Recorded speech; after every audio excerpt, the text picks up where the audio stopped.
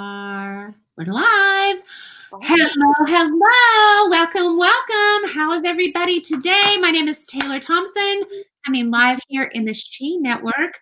We're so excited to have you here today, and I have a really special guest. I can't wait to have her share your story with her. So as you're coming on, let us know you're here. Say your name, where you're coming in from. Let us know if this is a replay for sure. We want to hear from you on that as well. So I cannot believe we are already in December, the month of December. It's crazy. I love this hat. I love the festivity. I love your background here. So welcome. How are you today, Sal? thank you so much, Taylor. I am doing awesome. Trying to be as festive as I possibly can. This is not a holiday that I've really been a huge fan of. And this year I'm trying something different with some great new influences in my life. I had a friend come over and decorate my tree in the background, so I had to show it off. I love that. So yeah, we're definitely on the countdown to Christmas. It's flying. I don't know. You guys drop a present, drop a gift, or drop a heart if you have started your Christmas shopping, because I haven't. Oh my gosh, I can't even believe it. It is sneaking up on me. I just barely got my tree up. So you guys are coming on. Drop some presents and some hearts if you've started your Christmas shopping, and drop some fire if you've finished your Christmas shopping. I'm going to give you, you know what? I'm going to give, if you have finished your Christmas shopping, drop a fire emoji in there, and I'm going to send you a special little gift. That's what I'm going to do. I'm going to start out my gift giving season by giving you a gift. If you have finished your Christmas shopping, drop a fire emoji now. So ladies, welcome. We have a special guest here. I'm so excited to have her here because, this is a subject matter that, at first I was like, okay, this is in relevancy to women. In relevancy, we've already have our first fire emoji. Okay, so I don't know who said fire emoji here. This finished, but you've got a gift coming. I'm so jealous, but because this is what I see of you. You've got to let StreamYard know who you are up in the top there. Give them permission to say your name so I know who you are. But congratulations to you. I'm so excited. That's so awesome. Now you can come help me with mine. So this is a conversation that I really wanted to have because it's a tough conversation. And I wanted Sal to come on because this is what she does. And how do you turn pain into profit? How do you turn your pain into solving someone else's problem? And so I think this is a subject matter that a lot of people don't really want to talk about because it's one of those things that we hide behind. I think that there is a lot of shame that goes with it. I think there's a lot of mindset that plays into this, especially for women. And so this is why we're here today. We're going to have this conversation. So you guys, ladies, dive in, dig in. And this is my special guest, Miss Sal Harper. Sal, how are you? Hey there, Taylor. I'm doing great. Thanks so much for having me on. So this is so go ahead and tell us, share with us how you started this journey. How did you get to where you are? Because I know that you've turned everything around. You're now serving other women, and not just women, but other women for sure in this arena. So let's talk about your story and how you got to this place. It's really interesting, actually. I will start off by telling you this is not a profession that I chose for myself, obviously. And the short story is I kind of fell into it by default. But to kind of go from here to there, how I actually got into it was from my own discovery 13 years ago. I found out my husband was cheating on me. And of course, we did what every couple does. We went to marriage counseling. We tried to work things out. And it wasn't until about 7 years later, after all that counseling, that I had another discovery that my husband had been having this very long-term affair since our last counseling. And so I had reached out to someone to ask for assistance because we wanted to move him out of the house. And so I reached out to someone who was a financial expert, and I said, can you go through my books? I actually have a financial background. That's what I used to do. And I actually help people get out of debt. I teach people about their finances and how to manage them. Okay, so let's back up here. So let's how long were you married prior to this The before? discovery, well, at the time we were married, I don't even know how long. We had been together for 21 years. We were married 19 and then together 21 years. And did you have children together? We did. That was the heartbreaker. How many tell Taylor, me how many children? when I met my husband, we met in corporate America, and I didn't want to have kids. And I was very business driven. I was focused on my career and scaling the ladder, right? Climbing up the ladder. And when I met my husband, kind of fell in love, kind of did that thing. And I let him know right away that I wasn't interested in having a kid, or any children at all. And it wasn't because I had issues, feminine issues. I had a discovery that I had cancer in my uterus. And so I had gone through some operations and some procedures that may not allow me to carry full term. The doctor did warn me that I might not ever have children. So, I mean, so was it because so it wasn't really because you didn't want children, it was just that you were afraid to allow yourself to believe that you could. Is that what I'm hearing? Well, no, I didn't want to have kids. I Okay. was focused on building my career, and when this incident happened and the doctor told me that, you may not have kids, I was like, "Okay, that's fine." He actually wanted to perform a hysterectomy on me to kind of resolve all the issues, and he says, "But, you're so young. Let's try another procedure." And so we went that route. He says, "Now, this isn't a guarantee that you won't ever get cancer again, and this isn't a guarantee that you won't have children. You can So get this is so you were battling cancer at an early age. very early age." Yes, 19 to be exact. And I found out when I entered the military because I had, my first pap smear. Can I even say that? So yeah, that's when I found out I had some issues down there, and I procrastinated and I didn't take care of it. I was like, "Oh, it's not really cancer, it's not really that. He's just wrong." And it was about a year later that we need to, you're at a point where we can't turn back. We need to be very aggressive with this.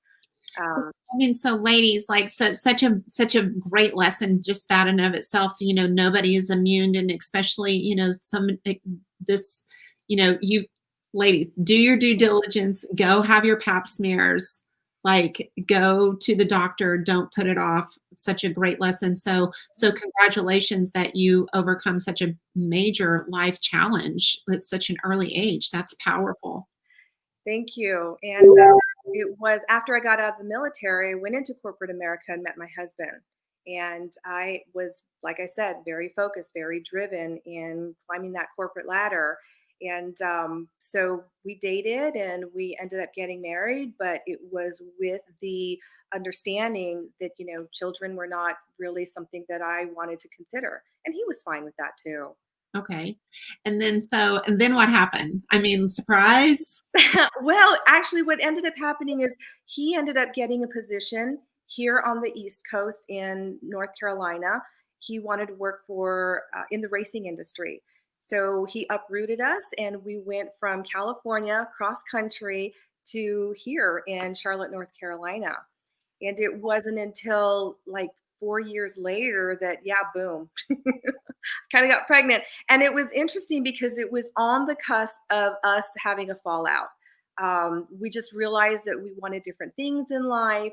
And I had, I guess I should say, I should have seen the red signs, or the red flags. He had been getting too close to one of my friends at the time.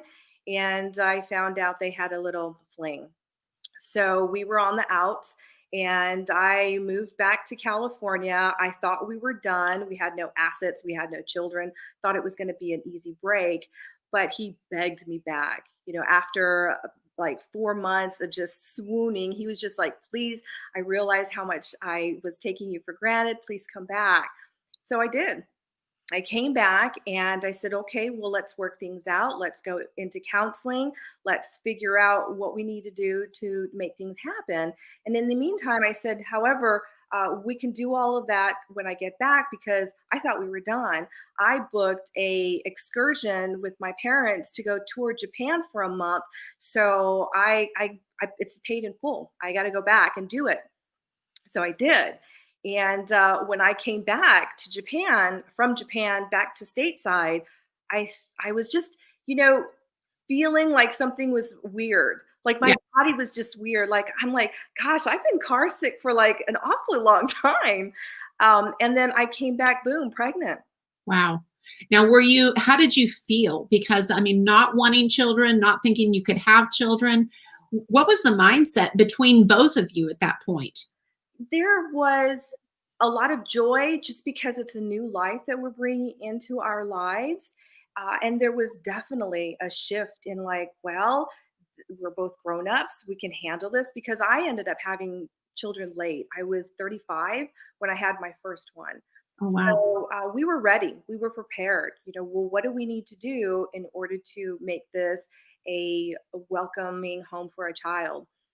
And then so we were in the middle of counseling. We ended up buying a home together and settling down. And it was great. We thought maybe this was a way of God was telling us this is the right time. You know, this is like a miracle baby. Wasn't Wow. sure if I could have kids. Then we broke up and we thought, well, maybe this is a way of God bringing us together for a higher purpose. Love that. I love that. So you mentioned that that was the first pregnancy. So there was some more surprises. I mean, Well, of- because we had such difficulty. I mean, we were married for about 7, 8 years before we had our first child, and my husband wanted to have another child right away because we wanted to make sure the siblings were close. So we tried, and we did get pregnant a little while later, and so we have two kids, two boys that are 20 months apart. wow, congratulations. I love that. So in the process of the child rearing years, were there other red flags that started appearing for you, or how did that start unfolding? I don't know if it was denial or just because I wasn't aware of them, because we're not really taught, right? Look out for these certain things.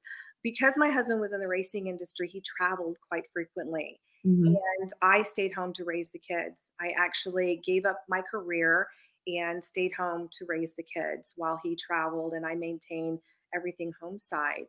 And so I thought everything was great. And interestingly, about I guess another 4 years or so, I had just woke up one morning. This is the craziest thing, Taylor. I thought everything was great. You know, I had new friends and I was starting my first network marketing company. And I had parties and I was doing all of this stuff and everything was great.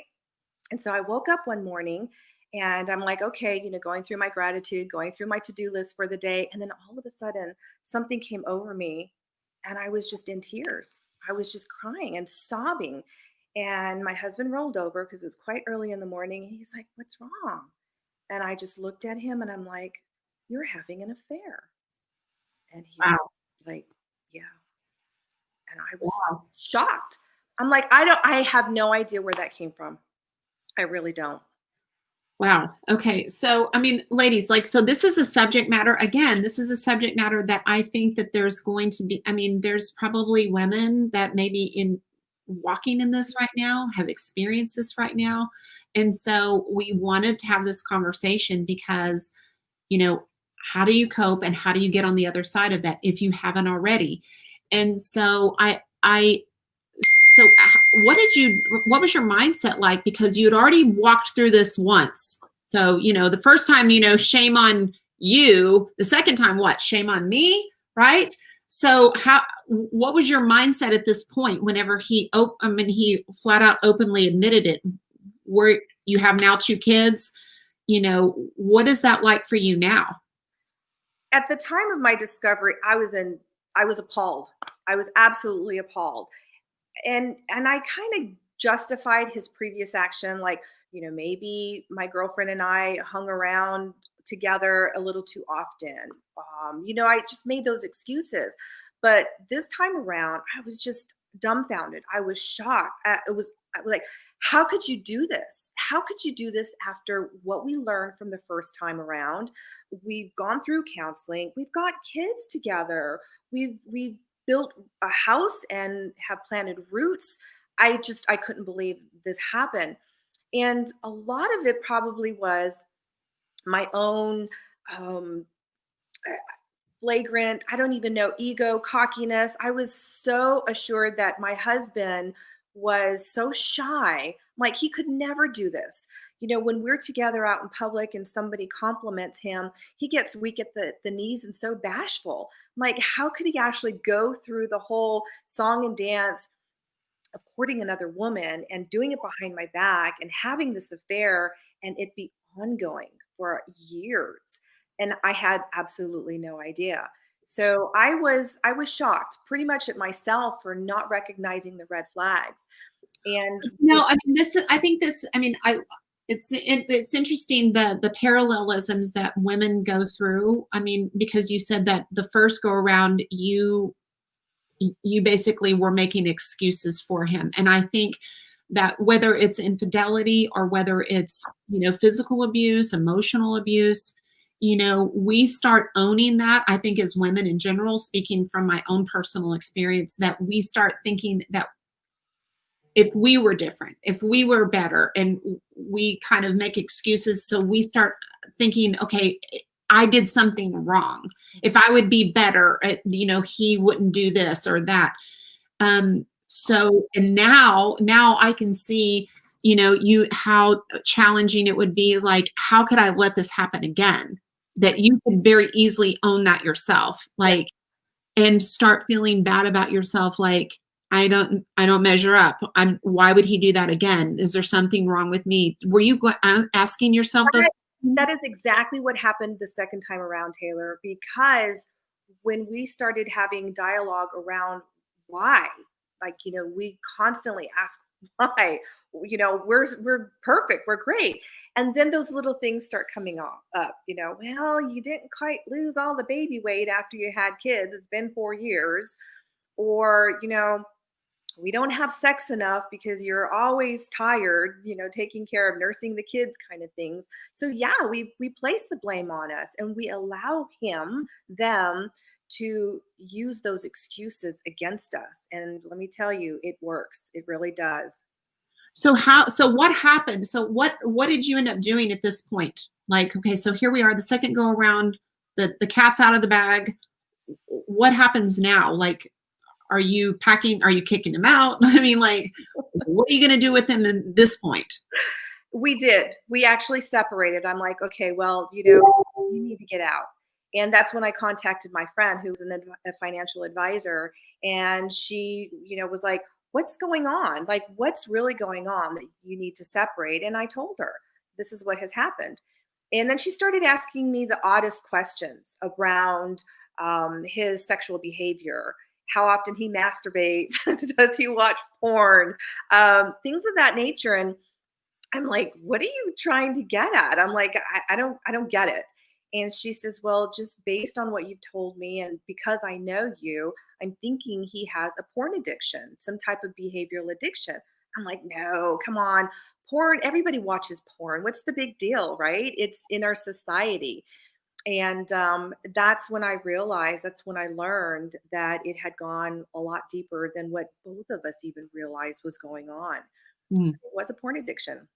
And So, and here's the thing. I mean, to your point. I mean, sometimes whenever we think about addictions, we think about it from an alcoholic or food or drug. And so I think there's all sorts of it, and I think this is an addiction that a lot of people may or may not be aware of, that it is truly a thing, and how it impacts it. Because I think it's a subject matter that most people don't want to talk about. They don't want to admit, they want to shy away from, because it seems so ugly, right? It does seem kind of ugly whenever, because nobody really wants to have that kind of conversation. So did you confront him with that, or did how, we did. We both went into counseling and we saw someone here in our local area. I'm very fortunate here in the Charlotte area. We have a lot of certified therapists in that field, right? It actually kind of grew and it's out there. So we had went to a specialist that she had recommended because we had gone back to our previous counselor, who also later on was kind of like, seeing some of the signs, and it was because he had a colleague that was also a specialist in this area. So that's when we found out that yes, he very likely has this problem. So he went through a series of questionnaires and tests and things of that nature to find out that yes, it was actually a porn addiction, just based on their criteria. So did he admit to this? I mean, because, whenever somebody's dealing with addiction, admitting that there is an issue is typically the bigger, I mean, is the biggest hurdle. Mhm. So did he cop to this? Did he self-identify with that? At Or first, he didn't. He was also in denial. This isn't a problem, I only watched porn once a week or that kind of a deal. But later, he ended up going through rehab. They have facilities that you go into, like an alcoholics and like Betty Ford. And yeah. so he did. He checked himself in upon the recommendation of the therapist who diagnosed him, and he went into rehab, and that's where he learned, oh my goodness, yeah, I see how the addiction started early in childhood and just escalated, and it just kind of like layer upon layer things built up. And most of us today, when you see a couple in their late 30s, early 40s, maybe even into the 50s, we call it a midlife crisis, right? When Mhm. the spouse has an affair with a younger woman or someone that's outside of the marriage in general, not just the porn. Um, we call it a midlife crisis. We try to label it, but Mhm. that's just because we don't really understand it and we can't identify it. There it's a conflict between interests. Some people say that, it's the norm. It's so prevalent in the United States, it's become a norm, not just in the US, but worldwide. And then there's other people that are like, no, this is absolutely an addiction because when it's taking over your life, your concentration, your finances, it's absolutely addiction. Yeah. It's almost like the cognitive dissonance Yes. subject, right? Yeah. That I think people become um, numb and desensitized and say, they slough it off to as it being normal whenever I think it's something society has projected as a whole to say it is, but it really does impacts families, it impacts marriages.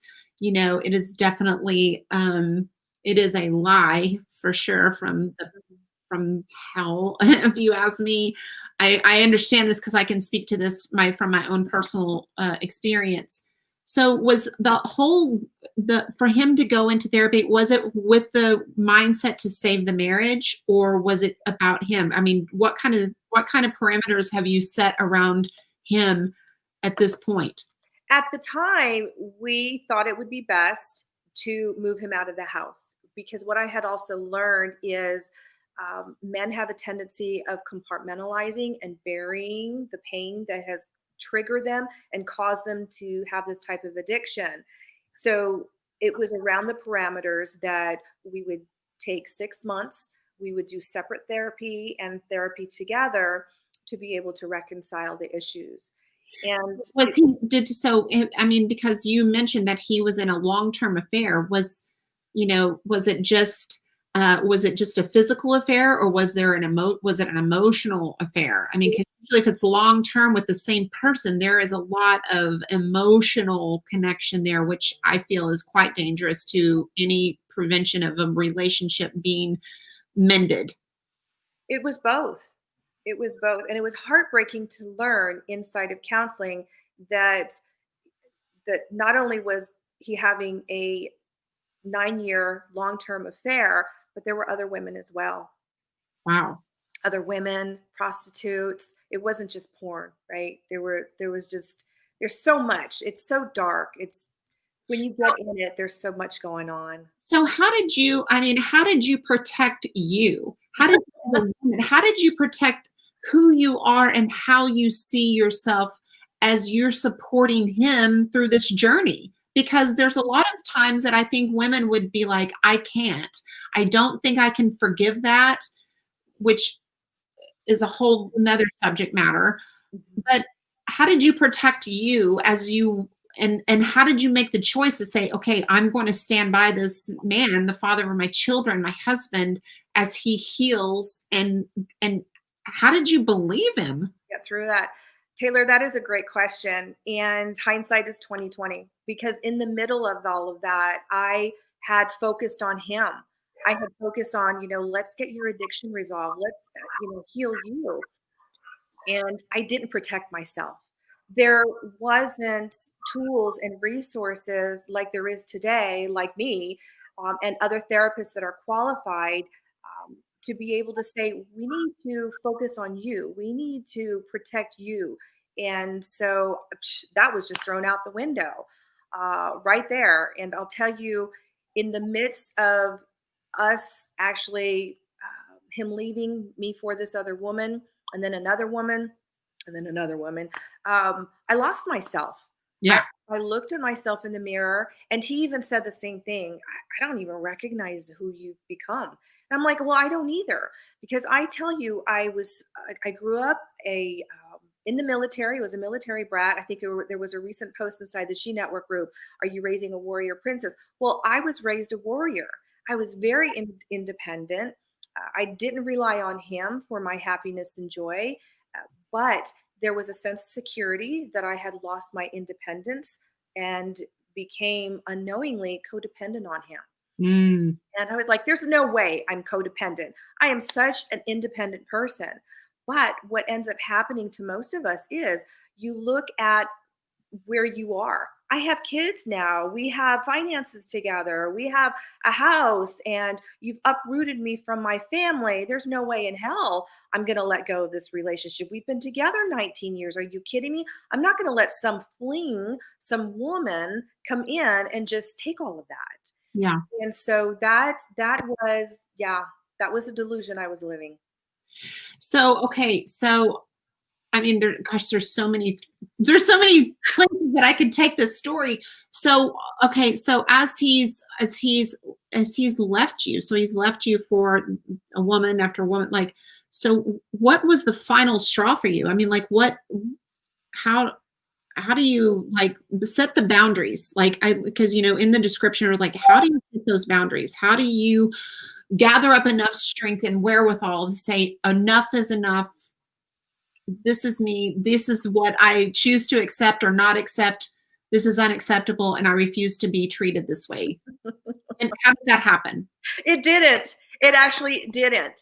And that is why I do what I do, because as a woman who's been betrayed, we don't know what those boundaries are. And quite honestly, Taylor, when you've grown up, you don't grow up with a list of boundaries, right? Like there's no manual that says here's what you do and don't do. Here are the red flags so you can see.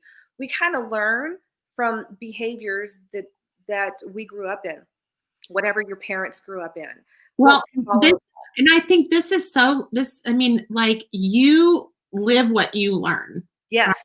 You do live what you learn. And I think that there is, if we don't show somebody like, okay, this is unacceptable boundaries, especially, I mean, I can only speak because I have girls, I've raised girls, that's an unacceptable boundary to teach them to where like, what are the lines that you just can't cross? And I think, my ear, especially with women, even previous heirs, they just learned how to just keep moving the line. Yes, You know, exactly. and accepting whatever it is because, you know, that was the environment. And I always say environment is stronger than will.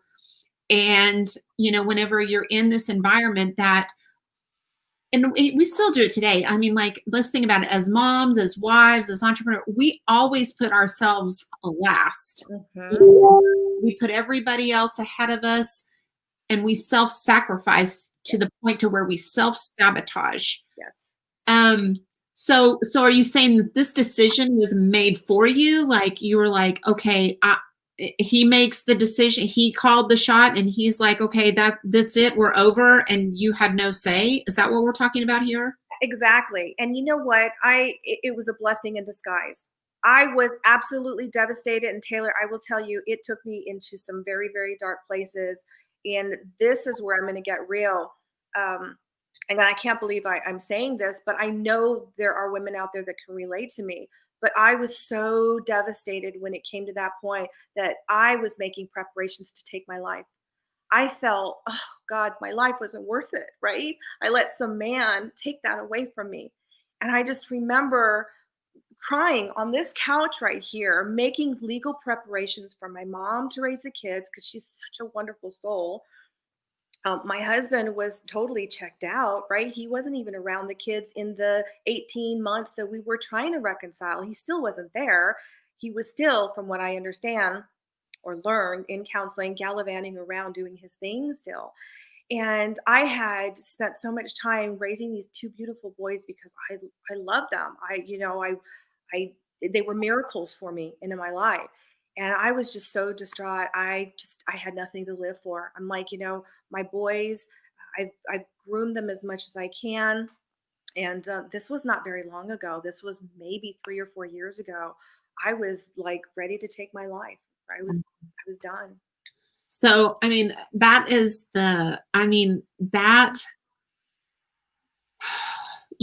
is absolutely the rock bottom. I always say, like, whenever you hit the pit, whenever you're in the pit, and you can't get any lower than that.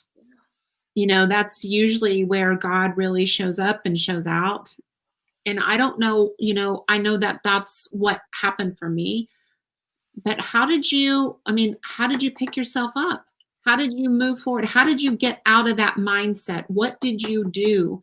Because there may be a lady here, like, listening in right this minute, because, and it may not even necessarily be about an infidelity or whatever, but with the mindset of, like, because we're living in kind of dark times. I mean, there's a lot of there's a lot of isolation. There's a lot of things happening, especially holiday season. This is, you know, we're separated from family. I mean, I think more than ever, people aren't going to be able to get with their family. So I think this is a really big issue whenever you are battling a depression or a mindset like, I can't do this anymore. I don't want to do this. How do you break out of that? What did you do? Taylor, I can't even recall, why I didn't go through with it. I really cannot. And I don't know what happened like the next day, or I just know that I didn't have my boys that weekend and I was going to do it that weekend. But I will tell anyone out there who is going through a state of mind that, oh my goodness, and it just breaks me up when people take their life because every soul was put on this planet for purpose. And you got to know that. You got to know that you were made for something greater. And our mess is our message, right? Because look where I've come in just 3 short years.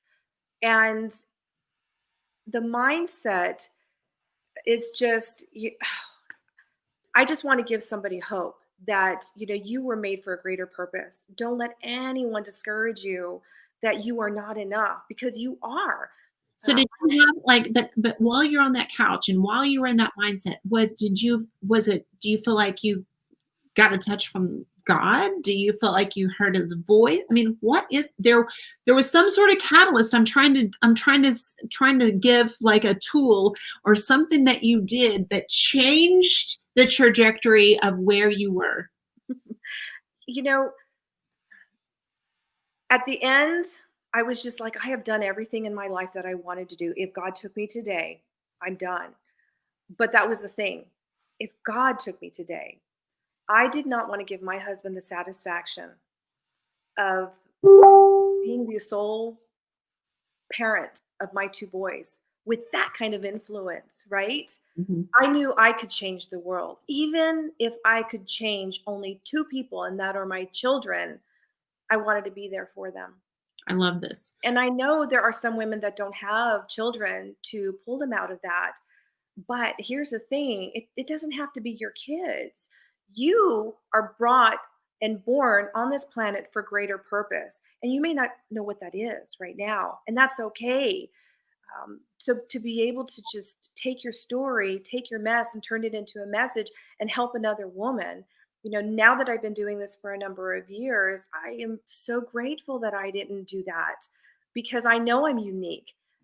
I So okay, you were in that place. So how did you get to where you're like, okay, you keep talking about turning your mess into a message. How did that happen? Because here's the thing, like I it was very interesting that you're saying this because like yesterday I was on somebody's podcast and they were asking me like, tell me what it's like to be an influencer. And I'm like, what? What are you talking about? Like, I mean, like, influencer in the way that some people see as in social media influence. I'm like, well, first of all, like that's not even close to how I see myself in that manner, right? In that manner. But because at the end of the day, I mean, there's nothing special about me. All I've chosen to do, and to your point, is to be a conduit, Mhm. to be to be a messenger, right? And for instance, whenever I, started the She Network, my idea behind all of this was if I could influence Yeah. one person, right?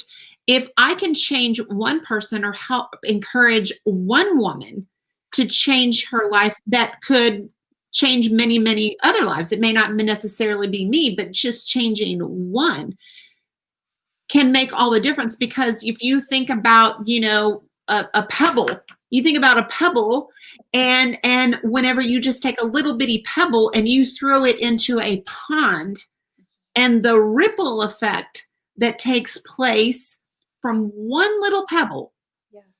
and how that can have impact.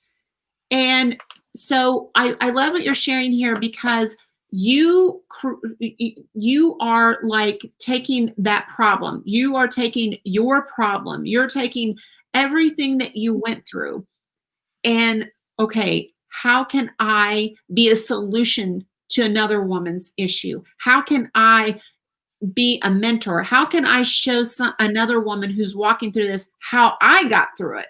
If Mhm. I can do it, you can do it. Yeah. But I love that you how did you make a business from that? I love how you use the pebble analogy because I use the same one as well. We never know how far the ripples of our actions will take us, right? How they will carry over. So this is the funniest part of the story. I had decided, you know what, I'm not going to let him get the best of me. And I actually had a job when we were going through our reconciliation. One of the things that he wanted me to lose weight because I was, not attractive. Now I know beauty is in the eyes of the beholder, and beauty is from within, not without, right? And so I actually lost 50 pounds for him. Wow. And then I got a job because he's like, you know what? The kids are at a point where, they can go to preschool, you can get a job. So I did. I went out and I got a job.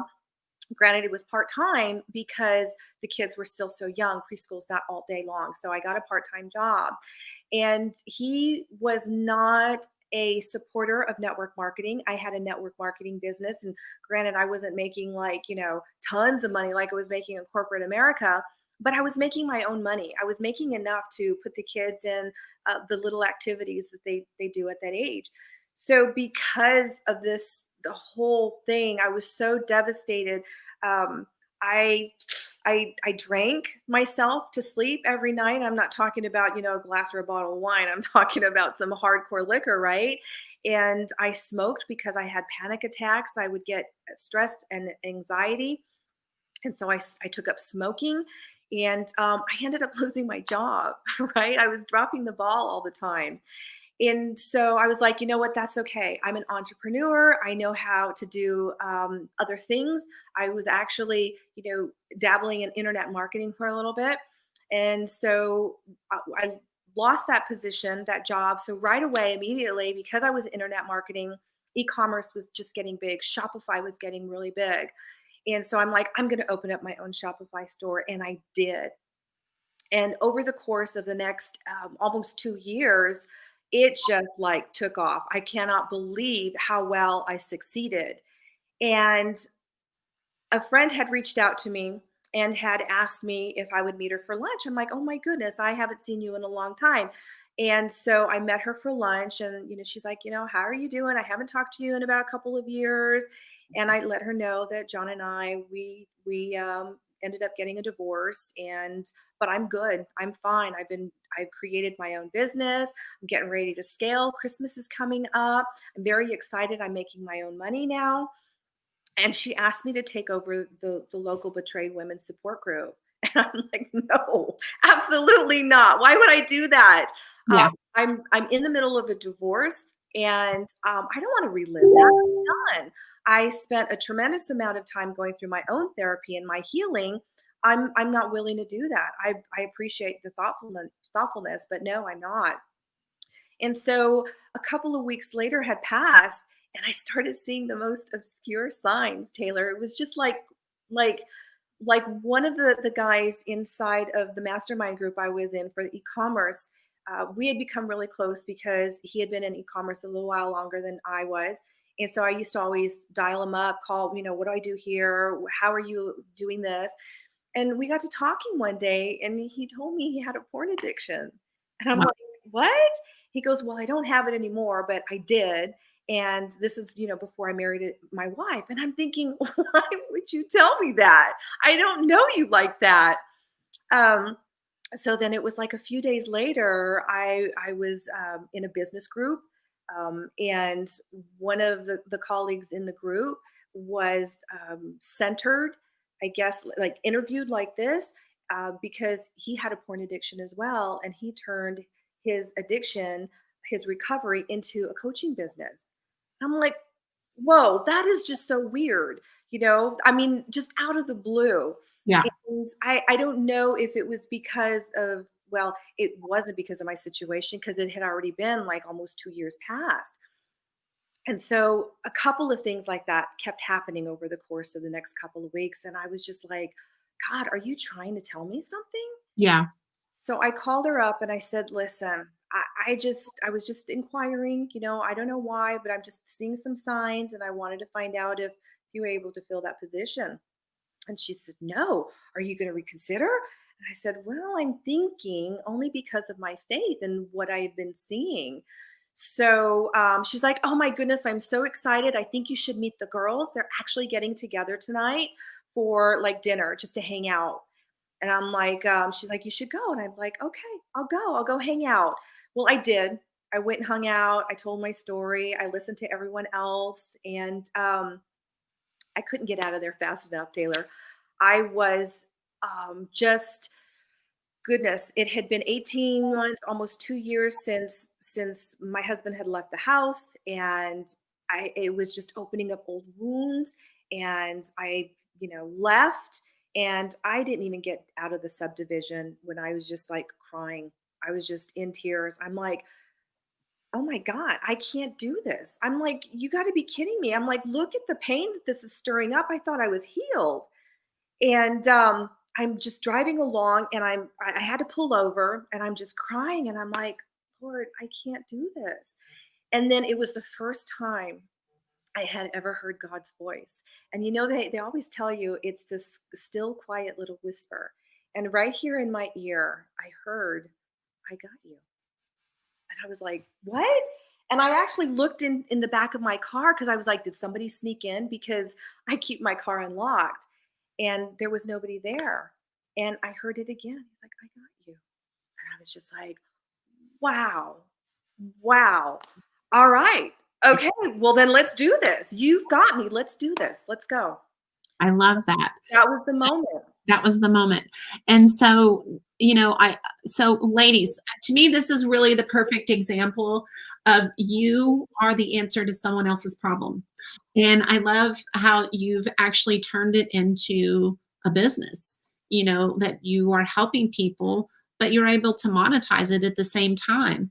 So, as a true entrepreneur would, so that's amazing. I love this story. So, some of the ladies, because, we talked about this on, let's say, what would you say, because we're getting here to the end, what would you say to some ladies that are here listening in? Maybe they're going through some challenges, maybe in their marriage. Maybe they're going through some challenges just like what you walked through with, they have a spouse with porn addiction. Maybe it's them. Maybe it's coming up the holidays, and this is the time of year that sends them into a downward spiral. Maybe they're challenged because of COVID and, all the isolation. Give those some ladies some tools that maybe they can use, that they can take and adopt into their holiday season as they move forward today. Yes, I would love to. Taylor, there are several things that women can do, especially this time of year. I understand how difficult it is. I know my first Christmas not having the kids, and after, he was gone and it was over, it was the hardest.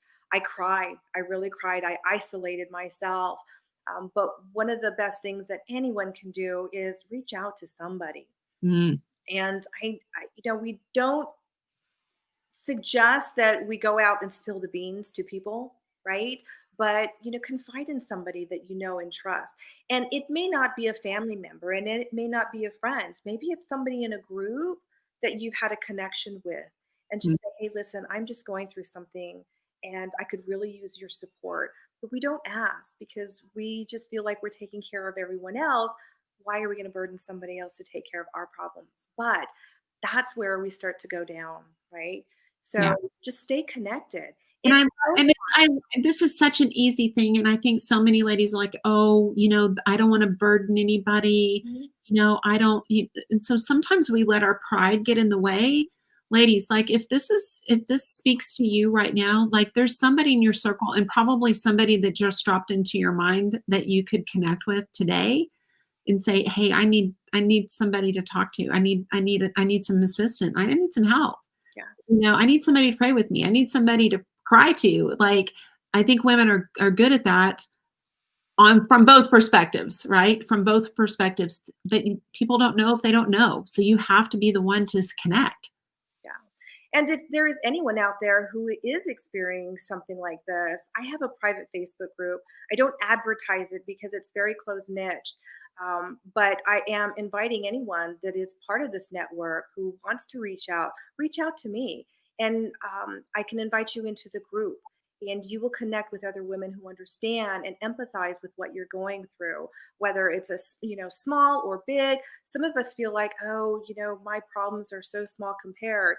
Don't let that happen to you. That's just the ego, and that's just devil, and that's just things trying to keep you down. Don't do it by yourself. It's just you shouldn't have to. I So love please come on over. We've got a great group, a family, because through the midst of all of this craziness and such morbid topic, right, I help my women by learning with laughter, right? I teach them certain things, and I don't let that bring us down. And it's so interesting. Like last night, I just had our class.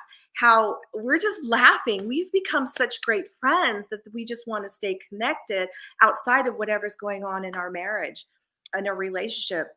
But the second most important thing I want to let everyone know is we got to take care of ourselves. I am the self care queen, right? We don't have time to go into the reasons why, but self care is so important. Even if it's just taking a brisk walk outside or locking yourself up in a closet and making that your sanctuary so you can have some quiet time. Self care is so important. I love that. So maybe somebody can type the name of the group in the comment section. Can you give the name of the group and how they can connect with you? It's called Clarity in Crisis. And Clarity and Crisis. Clarity in Crisis. They can reach out to me, a DM, a personal message, and I can send them the link as well. Mhm. Yeah, because we have lots of resources to help every woman in whatever season of life she's in, whether it's the beginning of a discovery, if she's in the middle of her healing journey, or she no longer has a marriage and she's moving on to a new partner or dating. We've got them all in there. I love that. I love that. So as we close out today, is there any like particular like tools do you use? Like, do you have like a favorite quote or scripture that like you absolutely love that you could share with the ladies, or maybe like your favorite book or something you're reading that you can help point them in that kind of direction? There's so many resources, but you know what I would love to share is a song. And I'm not going to sing it, but I want to share with you the song from Mandiza, Overcomer, right? Because Wow. we are all overcomers, no matter what our mess is. Yeah. You have purpose in this world, and you are better than that. And the other song is Katy Perry's "Rise Up." Right? Rise up out of the ashes, be that phoenix and rise up out of your mess and be that overcomer. Because if you can listen to those songs over and over and over in your head, that's a great reminder of who you are and that you are that warrior princess. I love that. Well, Sal, it has been such a beautiful pleasure to have you on. I'm going to say bye to you privately. So, but ladies, I hope that you guys, you got some great value and some tips for any of you who are maybe struggling. Maybe please feel free to reach out to me, reach out to anybody in this group. I mean, just reach out and let us know. We're here for you. This is the She Network. This is where we share our excellence. This is where we encourage. This is where we empower. This is where we edify each one of the ladies here in this group. This is what it's all about. So I just want to thank everybody for being here today. Sal, thank you so much for the great advice. So you guys give Sal some hugs and loves, give her some lots of hearts. And that's it for us today. So thanks for tuning in, and we will see you guys tomorrow. Okay. Bye.